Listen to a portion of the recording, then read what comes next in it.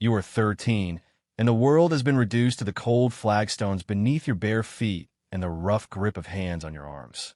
The air in the chapel is thick, not with prayer, but with a chilling mixture of incense, beeswax, and the metallic tang of your own fear. It clings to the stone steps and the wooden pews like ghostly fingers, a sacred space twisted into a chamber of judgment. Two nuns, their faces pale and impassive masks under the stark shadows of their wimples, hold you steady. Their touch is not cruel, but it is absolute, the grip of faith serving a power far more terrestrial. Before you stands a man in the dark robes of a royal physician, his face a landscape of weary resignation. He does not meet your eyes. Beside him, a priest murmurs Latin, the words meant to be a balm, a sanctification of the act to come, but they land on your skin like insects crawling and unclean. He speaks of blasphemy, of the sin of pride, of a daughter of Eve attempting to usurp the divine order. You know, with the searing clarity that only terror can provide, that your only sin was to be born with your father's eyes. The king's eyes. A silver basin on a small wooden table catches the wavering candlelight, and beside it lies the instrument. It is not a weapon of war, not a dagger or a sword. It is something far more intimate, more profane. A needle, long and curved, with a coarse, waxed thread already looped through its eye. It promises a violation not of the body's fortress, but of its gate. The gate of your voice, your identity, the very breath that could shape the words. I am his daughter, the queen's advisor, a man whose face is a web of shadows and shrewd calculations, watches from near the altar. He is the true power here, the silent conductor of this grotesque orchestra. He gives a slight, almost imperceptible nod. The priest's murmuring intensifies, a drone meant to drown out what is about to happen. The physician picks up the needle. You do not scream. The instinct is there, a fire in your lungs, but it is extinguished by a cold, profound understanding. A scream is a plea. A scream is a protest. A scream grants them the satisfaction of your breaking. You will give them nothing. You will give them only your stare, a gaze as unblinking and hard as the convent stones. You fix your eyes on the advisor, on the architect of this moment, and you pour all the sound you will never make again into that single, silent accusation. The first prick of the needle is a starburst of white-hot pain at the corner of your mouth. The world dissolves into a universe of agony and the coppery taste of your own blood. You are a threat to a throne, a whisper that could become a civil war. And so, in the holy, silent dark, they are not just taking your voice. They are unmaking you. This descent into a meticulously orchestrated nightmare was not some singular, spontaneous act of cruelty. It was the brutal, logical conclusion of a system, a confluence of political expediency, religious dogma, and the pathological anxieties that governed the great houses of 15th century Europe. The story of this silenced girl, a tale relegated to the darkest footnotes of history, is not merely about a princess muted to secure succession. It is about the very nature of power and the terrifying lengths to which institutions will go to protect the fictions that uphold them. The official narrative, whispered in the hallowed halls of the court and the cloister, would call it divine containment, a spiritual quarantine for a soul tainted by blasphemous ambition. But for those who knew the truth, the servants who saw the blood-stained linens and heard the silence that followed, it had another name. The silencing, it was an act of political sanitation, where a girl's body became the parchment upon which the legitimacy of a kingdom was brutally rewritten. Her story rips the gilded tapestry of royal history to shreds, revealing the terrified, ruthless faces of those pulling the threads from behind the arras. It shows us that beneath the veneer of divine right and noble lineage lies a foundation often built not on strength, but on the violent erasure of inconvenient truths. If you find value in uncovering these hidden truths of history, the stories that were intentionally buried and forgotten, consider taking a moment to hit that like button and subscribe for more journeys into the shadows of our past. And I would genuinely love to know where this story is reaching you tonight. Please comment below and let me know where in the world you're listening from. It's a powerful thing, this technology, to be able to connect across continents and oceans, united by a desire to listen to the voices that history tried so hard to mute. Now, let us return to the cold stones of Castile and unravel the system that made such an atrocity not just possible, but necessary. To comprehend the chilling logic behind sewing a child's lips shut, one must first immerse oneself in the ideological fever swamp of 15th century Castile. The very air was thick with the concept of limpieza de sangre, or purity of blood.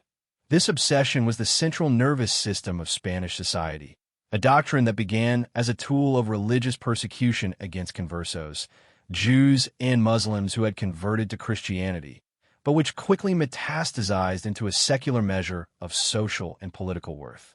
It created a hierarchy based on an invisible, unverifiable quality, the supposed purity of one's lineage, free from the taint of Jewish, Moorish, or heretical ancestry. This pathological fixation on bloodlines naturally extended to the ultimate echelon of power, the royal family. The legitimacy of a monarch, their very divine right to rule, was predicated on a direct, unblemished line of succession. A bastard, therefore, was more than just a personal indiscretion. They were a living, breathing, constitutional crisis. A royal bastard was a tear in the fabric of divine order, a walking embodiment of impure blood who could become a potent symbol for any disaffected noble looking to ignite a civil war. The Trastamara dynasty, which ruled Castile during this period, had its own roots in bastardy and fratricide, with Henry II having seized the throne from his half-brother, Peter the Cruel. This history did not foster stability. It bred a deep-seated paranoia, a constant, gnawing fear that the sins of the past could be revisited upon the present. A bastard child with a strong resemblance to the king was not a romantic secret. They were a loaded pistol left on the banquet table of state. Within this brittle framework of blood and power, the status of royal women was profoundly precarious. They were the most valuable and the most vulnerable assets of the crown. A queen's purpose was singular and brutally defined, to be a vessel for the continuation of the pure bloodline. Her body was not her own. It was an incubator of state, and her worth was measured entirely by her ability to produce a healthy, legitimate male heir. Her chastity was not a matter of personal virtue, but of national security. Any hint of infidelity could cast doubt on the legitimacy of her offspring and plunge the kingdom into chaos. Daughters, likewise, were not individuals but strategic commodities, their marriages used to forge alliances, acquire territory, and pacify rival kingdoms.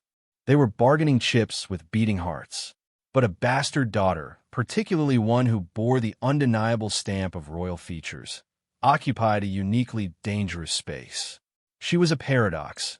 She possessed the potent, symbolic blood of the king, yet her existence outside the sanctified bonds of marriage rendered that blood a poison. She could not be married off to a foreign power without acknowledging her royal connection, which would give that power a claim on the Castilian throne. She could not be left to her own devices, for fear she would become the figurehead for a rebellion. She was a ghost at the feast, a constant, silent reproach to the fiction of a flawless succession. Her very existence undermined the queen and threatened the future of the legitimate heir, making her an object of both fear and loathing, a political problem that demanded a permanent solution. The convent, in the medieval and early modern mind, was the perfect instrument for such a solution. Far from being merely serene enclaves of spiritual devotion, monasteries and convents across Europe functioned as indispensable tools of social and political control. They were gilded prisons, sanctified oubliettes, where inconvenient people could be made to disappear from public life without the scandal of an overt execution. For the powerful, the convent was a divine dumping ground. Disgraced queens, wives accused of adultery, daughters who refused strategic marriages, and female political rivals whose claims were too dangerous to ignore, all could be deposited behind the cloister walls under the virtuous pretext of saving their souls. Once inside, they were legally and socially dead, their vows of poverty, chastity, and obedience severing all ties to their former lives and fortunes. The Church, in this capacity, acted as the Crown's most effective partner, providing the theological justification and the physical infrastructure for political purges. An act of imprisonment was thus transformed into an act of piety. Locking a woman away for life was not tyranny. It was a charitable act to encourage her repentance. In the case of a girl like the one whose lips were sewn, the convent offered the perfect stage. Her mutilation could be framed not as a political silencing, but as a severe, yet holy, penance for the sin of blasphemy, administered by the very hands of the Church.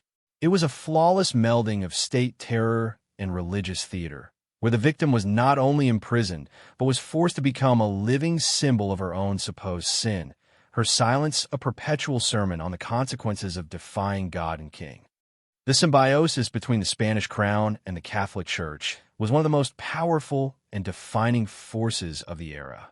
Their interests were so deeply intertwined as to be nearly indistinguishable. The monarchy derived its ultimate authority from the concept of the divine right of kings, a doctrine heavily promoted by the Church, which taught that the king was God's chosen representative on earth. To rebel against the king was to rebel against God himself. In return for this invaluable ideological support, the crown endowed the Church with immense wealth, vast tracts of land, and significant political power, most notably through the Spanish Inquisition, a state-controlled ecclesiastical court that brutally enforced religious and political orthodoxy.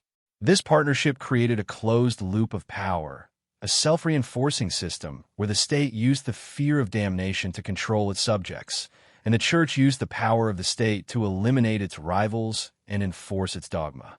An order from the crown, especially one concerning a matter of state security disguised as a spiritual failing, would have been received by a loyal bishop or abbess not as a request to be debated, but as a righteous command to be executed.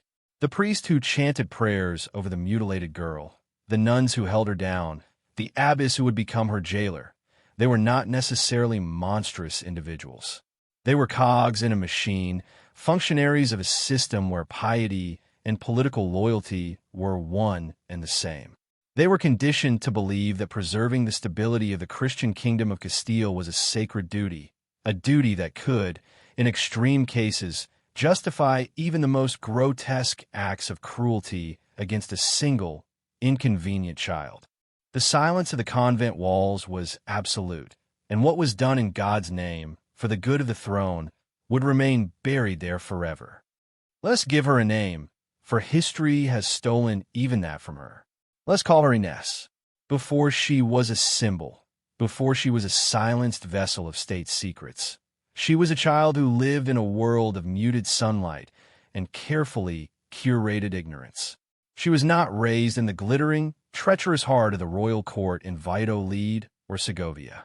Instead, she was housed in a remote but comfortable estate, a gilded cage managed by a minor noble family, loyalists who understood the nature of their charge without ever speaking of it aloud. Her world was one of soft woolen dresses, lessons in scripture and song from a gentle friar, and long, lonely walks in a walled garden where the scent of roses and rosemary hung heavy in the air. She knew, in the way a child knows things without being told, that she was different. Visitors were rare and carefully vetted. The servants treated her with a strange mixture of deference and pity. And though she was called by the name of her guardian family, she knew it was not truly hers.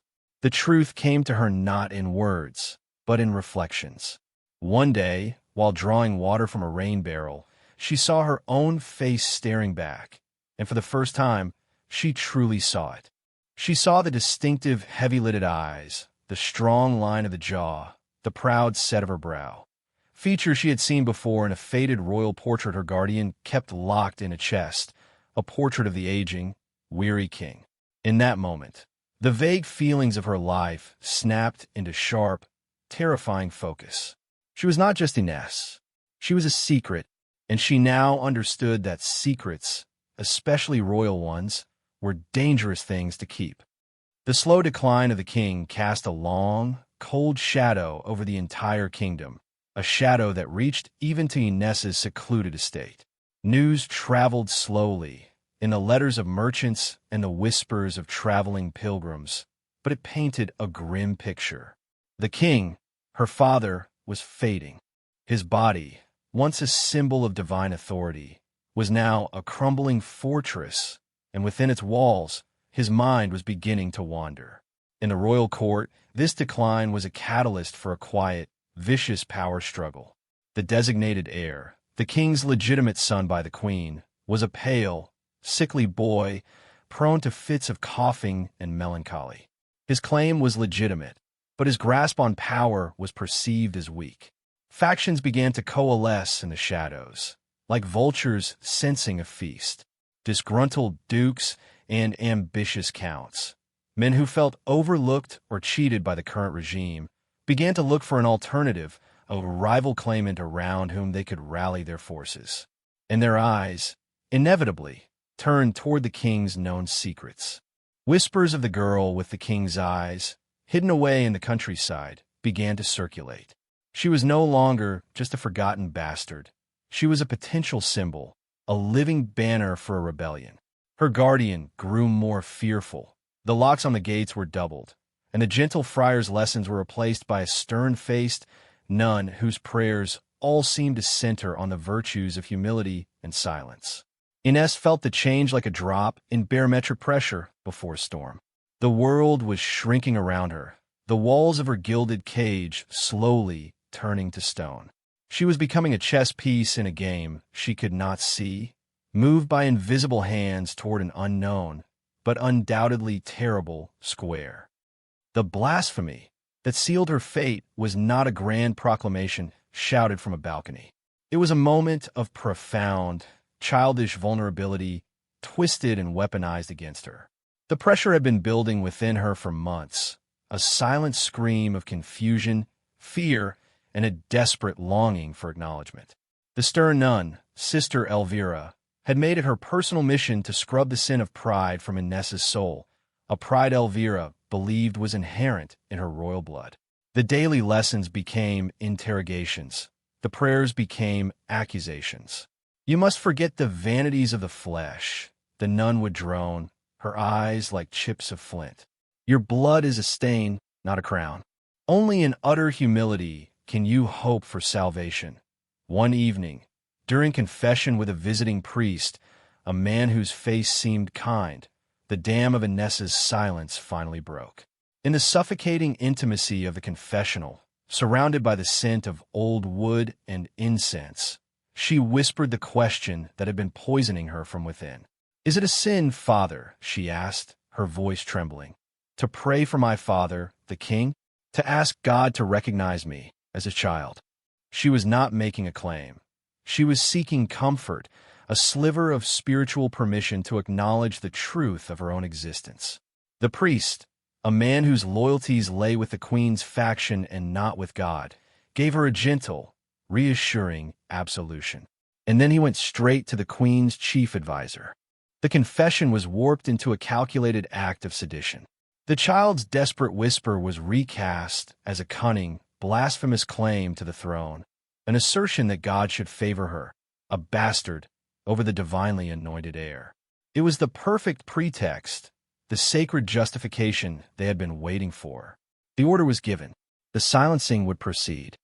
The ritual was a masterpiece of psychological warfare, designed not just to mute her, but to annihilate her sense of self.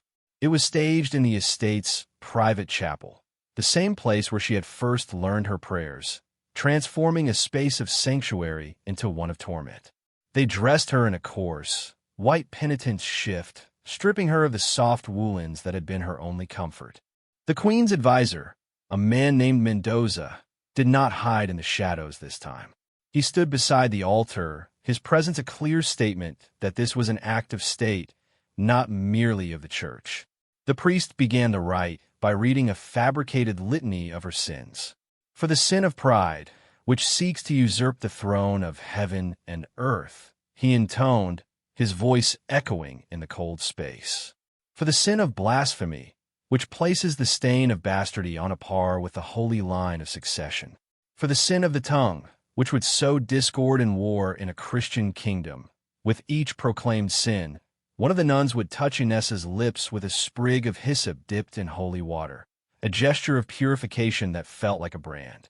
The physician, his hands trembling slightly, approached with the needle.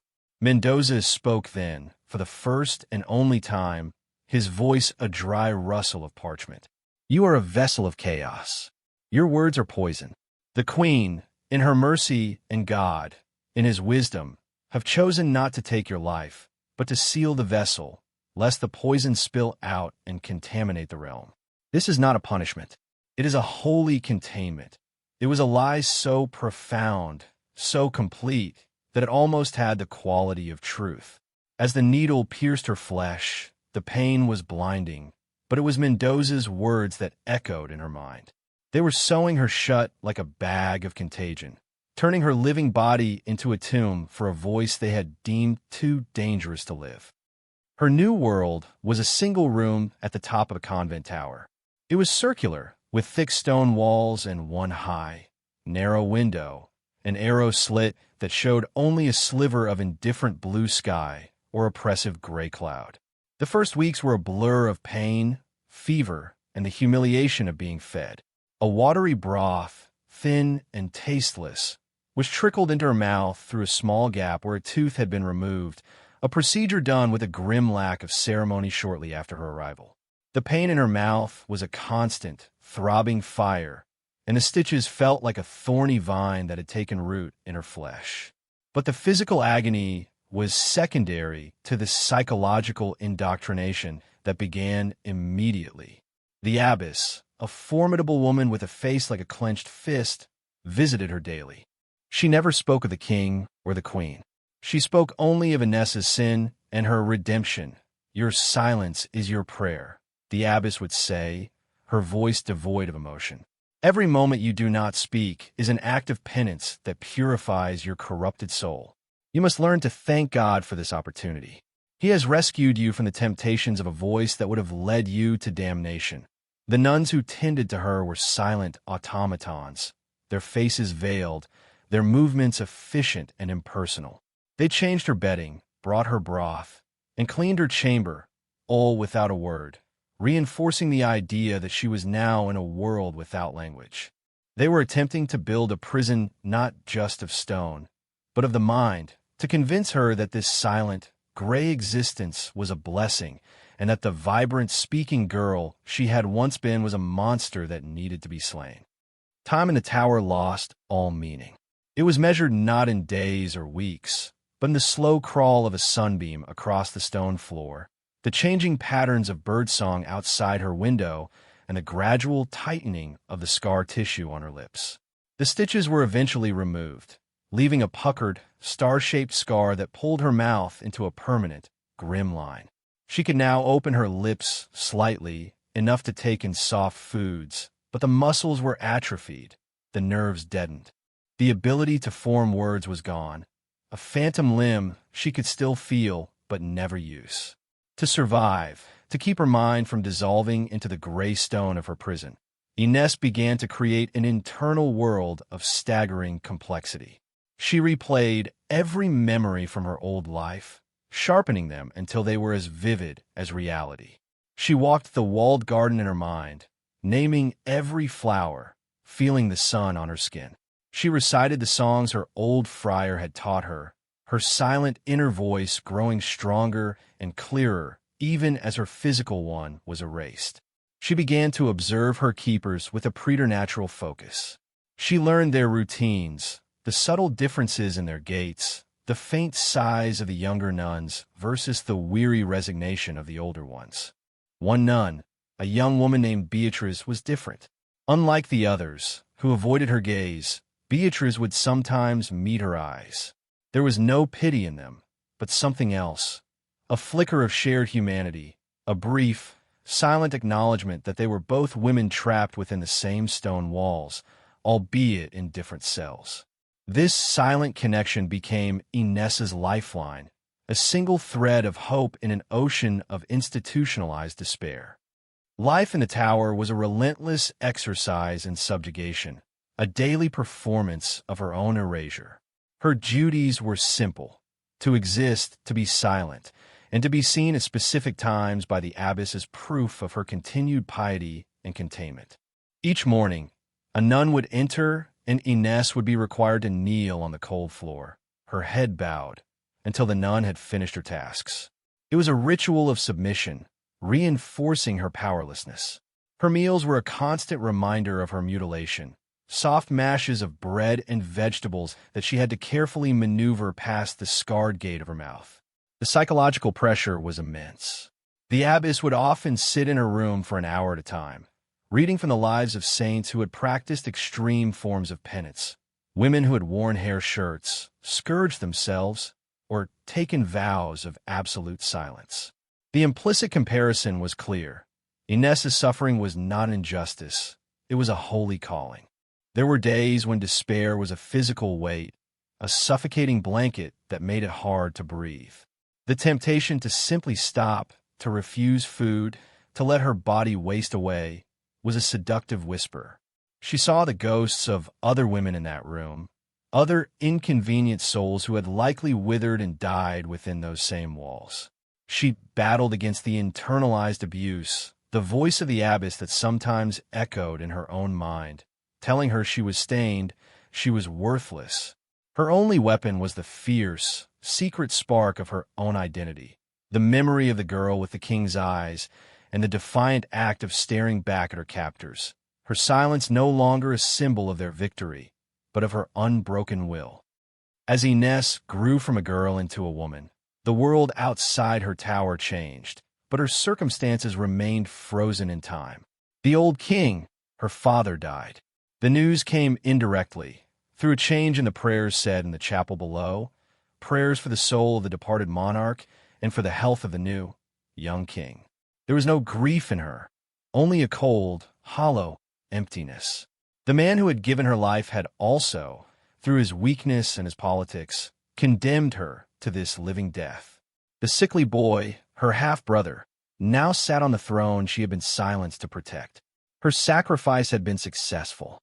The kingdom had remained stable. There had been no civil war. She was the forgotten foundation stone upon which the new reign was built, buried deep underground and never to be acknowledged. On the rare occasions a new novice entered the convent, Inés would sometimes catch a glimpse of them from her window, their faces full of naive piety. She wondered what they were told about the woman in the tower. Was she a cautionary tale? A madwoman? A saint deep in perpetual prayer? The system had not only imprisoned her body, but had also successfully controlled her narrative, turning her into whatever myth best served its purpose. When she was no longer deemed a high-risk political prisoner, when a new king's rule was secure and her name had faded even from the memories of the court, her existence became a matter of simple, inconvenient bureaucracy. She was a line item in the convent's budget, a mouth to feed, a body to clothe. Her value, even as a threat, was gone. She was simply there, a living relic of a past crisis, her continued existence a quiet, administrative burden, her eventual death from disease or old age the only conceivable end to her service. The seeds of resistance are often planted in the smallest acts of humanity. For Inés, that seed was Sister Beatrice. The young nun began to defy the convent's rules in subtle, almost imperceptible ways. She would leave a wildflower on Inés's food tray. She would linger for a moment longer than necessary while tidying the room, her silence feeling less like a rule and more like a shared conspiracy. The communication began without a plan. One day, Inés, using a shard of slate she had worked loose from the wall, scratched a single letter into the floor beneath her cot. B. When Beatrice came in, Inés tapped her foot over the spot. The nun's eyes widened almost imperceptibly. She swept the floor as usual, but the next day, a small piece of charcoal was left beside Inés's water jug. It was a monumental gift, a key to a locked world. Slowly, painstakingly, they developed a language. Inés would scratch words onto the floor, and Beatrice would read them and erase them with her foot, sometimes leaving a written response that Ines would have to memorize before it, too, was destroyed. It was through this secret, silent dialogue that Ines's mind, so long turned inward, began to reach out again. She learned of the goings-on in the kingdom, of the political marriages and the minor famines. She learned that the young king was weak and easily manipulated by the same advisor, Mendoza, who had orchestrated her silencing. And most importantly, she began to tell her own story, scratching out the memories of her childhood, the terror of the chapel, the names of the men who had condemned her. She was no longer just a prisoner. She was a chronicler, her floor a secret testament. The resistance, born in the silence of the tower room, began to ripple outward. Sister Beatrice, it turned out, was not alone. She was part of a small, clandestine network of nuns within the convent who were deeply disillusioned with the abbess's tyrannical rule and the church's complicity in the brutal politics of the crown. These were women who had taken their vows out of genuine faith, not political convenience, and they saw the case of the silenced girl as a grotesque perversion of everything they believed in. The network was small and terrified, but it was organized. An older nun who worked in the infirmary began to secretly add nutritional supplements to Ines's broth, fighting the slow malnutrition that was meant to weaken her. Another, who copied manuscripts in the scriptorium, managed to smuggle out small scraps of parchment and ink. The goal became clear: they would not try to escape. An escape was impossible and would lead to certain death for all involved. Instead, they would try to smuggle out Ines's story. Ines's testimony, written in her own hand, would be irrefutable proof of the Queen's and Mendoza's crime. It was a desperate, dangerous plan. Over the course of a year, piece by painstaking piece, Ines wrote her history on the scraps of parchment. She described the estate where she grew up, the face of the priest who betrayed her confession, the cold eyes of Mendoza, the exact words he used to justify her mutilation.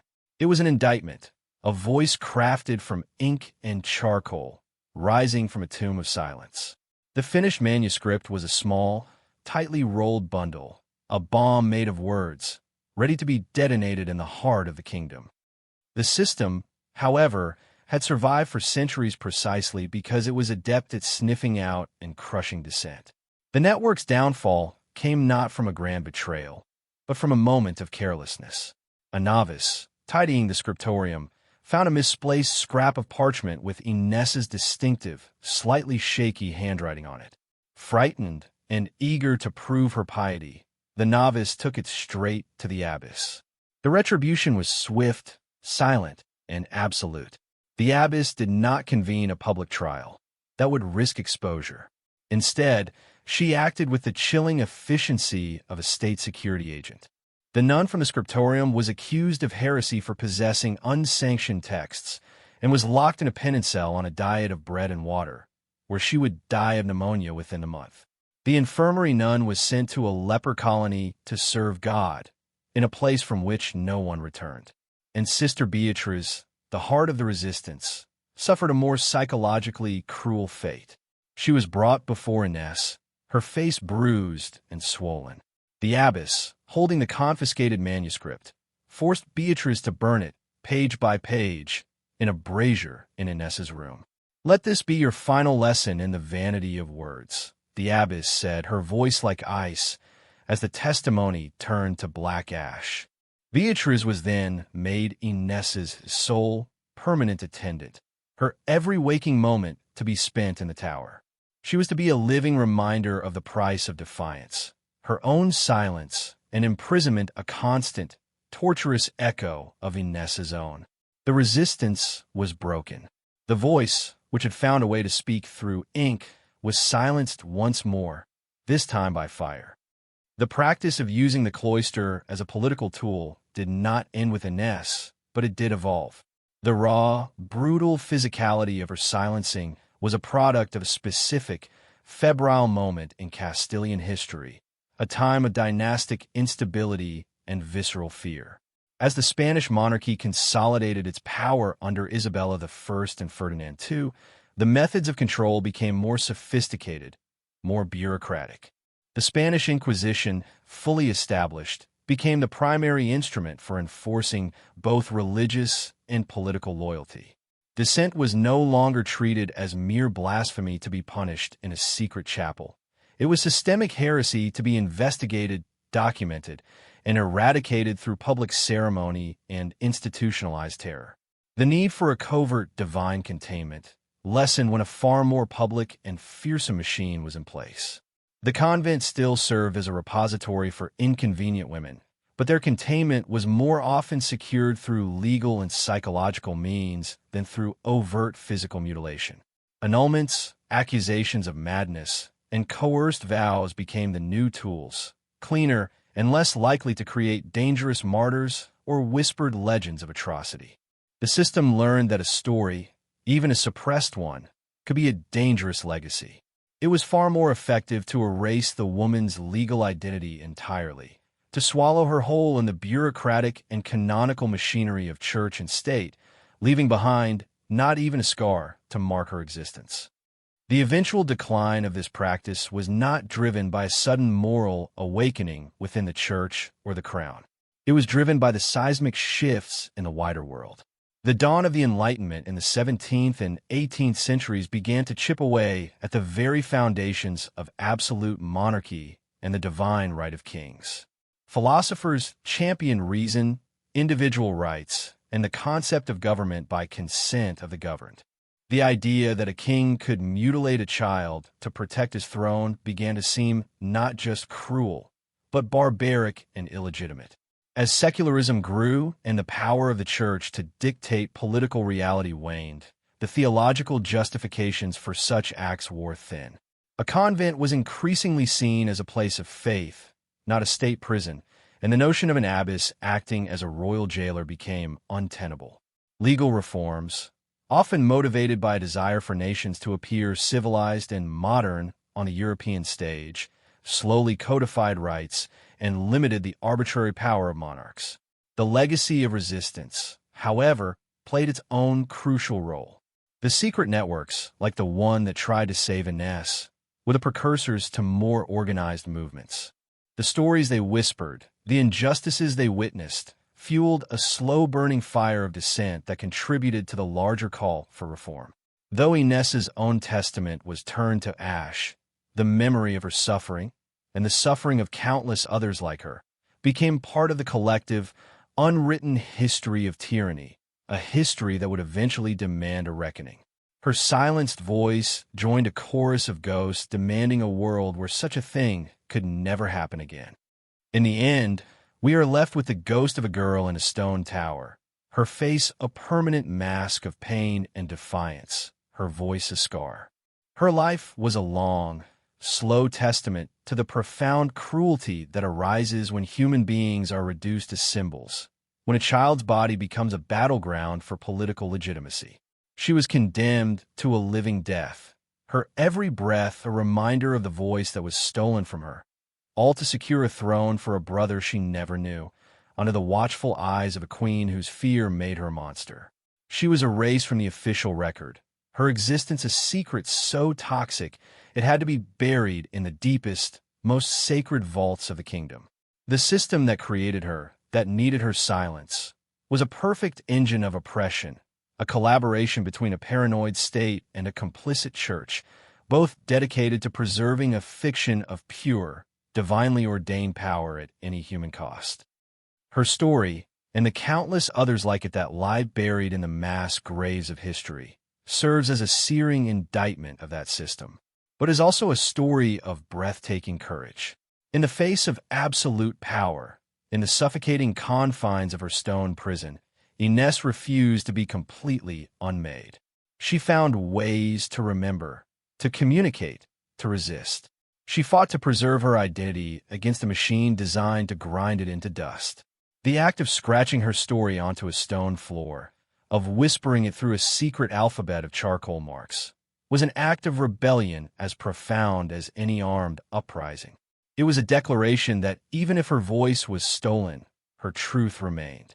The fire that consumed her words could not consume the fact of her existence or the injustice of her suffering.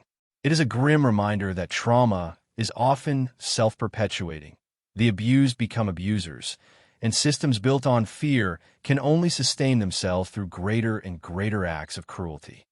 We must connect her long ago suffering to the freedoms we so often take for granted.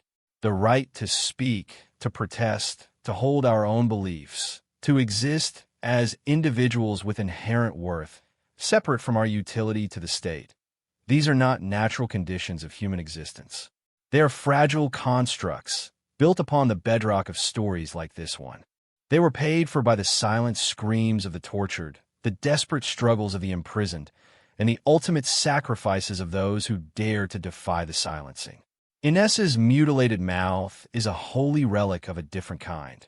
It is a sacred warning against the dangers of absolute power, the poison of ideology, and the seductive ease with which we can dehumanize those who represent a threat to our own security or convenience. To remember her is not an act of morbid curiosity. It is an act of profound moral responsibility. It is our duty to become the voice she was denied, to tell her story and ensure that the silence imposed upon her is not her final legacy. We must listen for the whispers in the margins of history, for the stories of those who were deemed inconvenient, impure, or dangerous. For the fight against the silencing is eternal.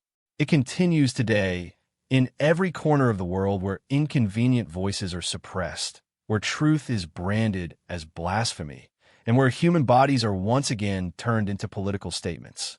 Her story is a testament to the enduring power of the human spirit to resist erasure. Her lips were sewn shut to protect a throne of stone and gold, a temporary kingdom of mortal men consumed by fear. But the echo of her stolen voice, once unearthed from the dust and silence, possesses a power those men could never comprehend. It is the power to cross centuries, to dismantle the fictions of the powerful, and to remind us of the terrible cost of our most fundamental rights.